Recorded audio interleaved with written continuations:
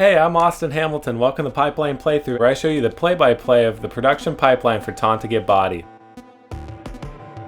I'm texting all these people, I'm like, oh, I gotta load the equipment into the car, I'm gonna be late. Why am I always late to everything? Oh, did I forget this SD card? I'm driving there. I'm like, dude, is the SD card in the back? If it's not in the back, well, fuck. It's always in the back. I had to go pick up WPC from his house. He was gonna be on that ship with me until it sank.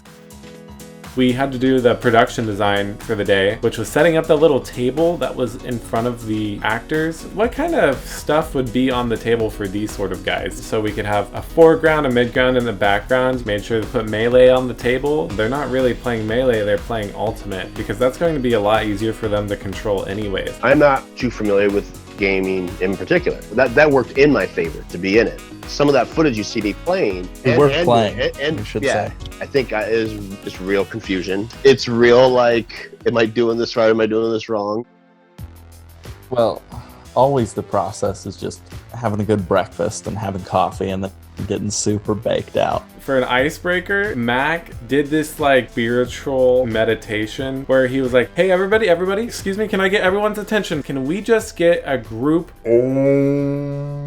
Trust me, it's just going to help, okay? 1, 2, 3. I think he went for like 30 seconds or something. 5 to 10 seconds, and pretty much 80 to 90% of people stopped, and they were just kind of all like... I was editing the whole day, back and forth while we were shooting. I was on a deadline, editing a music video, shot for shot at a certain point.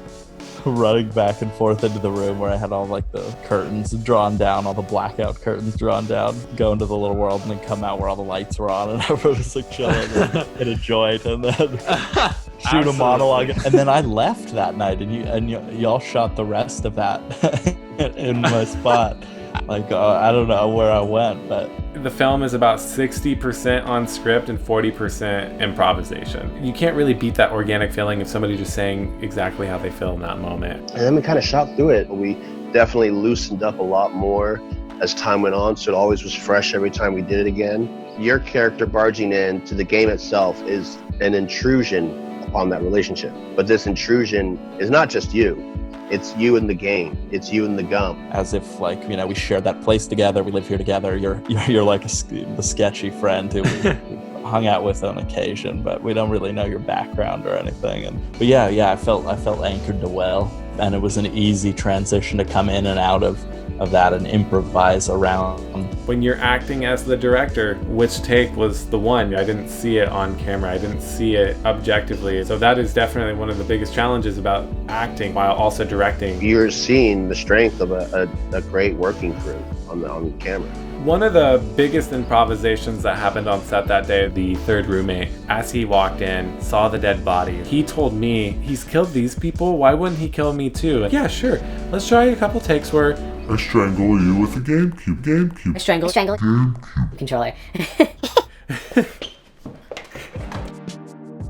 Narratively, I feel like the visuals of handheld amplifies that feeling a little more, which makes the tension and the stakes feel higher. We had no budget. Nobody owned a rig or anything like that, so we just shot on some DSLRs. The equipment I brought on the set that day was my Canon 70D. On the 70D, we used the Canon Nifty 50. On the other camera, which was Mac's personal camera, which was a Canon 6D, we used his 24-105 Canon L series lens. We wanted one to be really close and have a shallow depth of field, and then we wanted the other to be wide. That way we could capture all three actors at the same time. We jumped into it and we didn't stop. Edward was my rock through that too. As soon as he met me, he shook my hand and was like, let's look at the shot list. We were both critiquing each other, like, and I loved that. Like, we had a really good back and forth, you know? It's like after each and every cut, we'd go back to each other, look at each other's footage, and tell each other what we can do differently and do better. Because we had multiple takes, and I think that's what really helped. And because Chris was such an amazing co-DP to work with, and we knew that this guy was going to get this shot,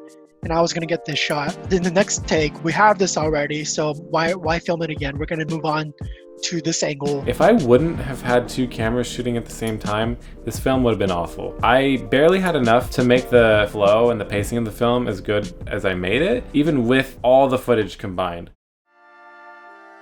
The biggest horror story of the day was actually, yet again, My nemesis. audio. I had just bought a Zoom H5 from eBay and everything was great. Everything started off normally. About halfway through the shoot, the batteries died on the Zoom H5 even though they were showing that they were about halfway charged. Replaced them, the shotgun microphones weren't picking up any audio at all. The only thing that it was picking up was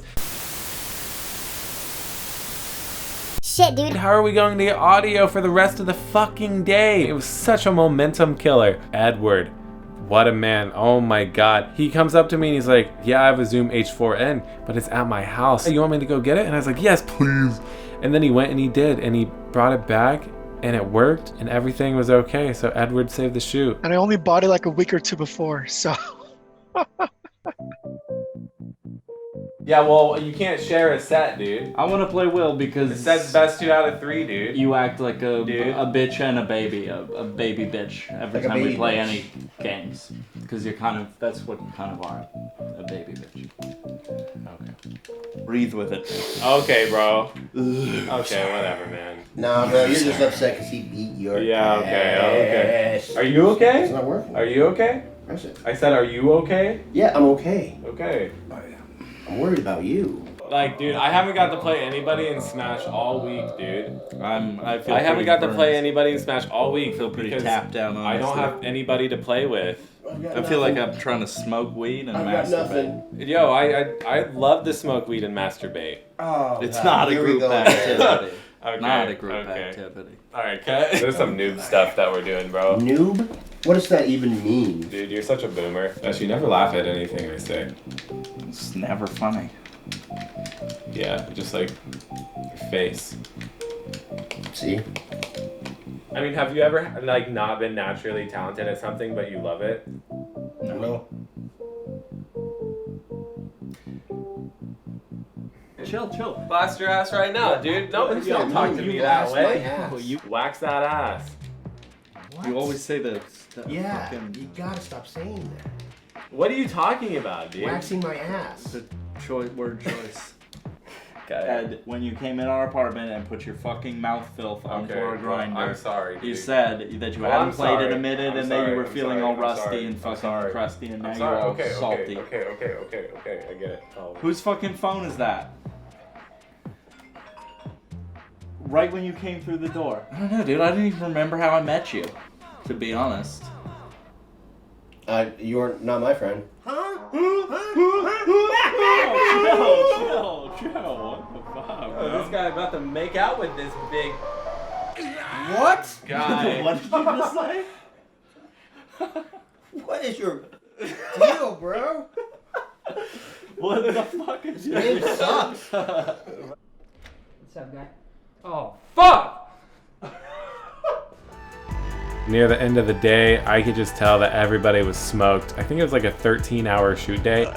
And Will just sat on the couch and he's like, hey, Austin, do you care if I just like chill? Some of that footage, and I don't know if it's even included in the ones that made the final product, I'm actually asleep. Like, I'm actually passed out.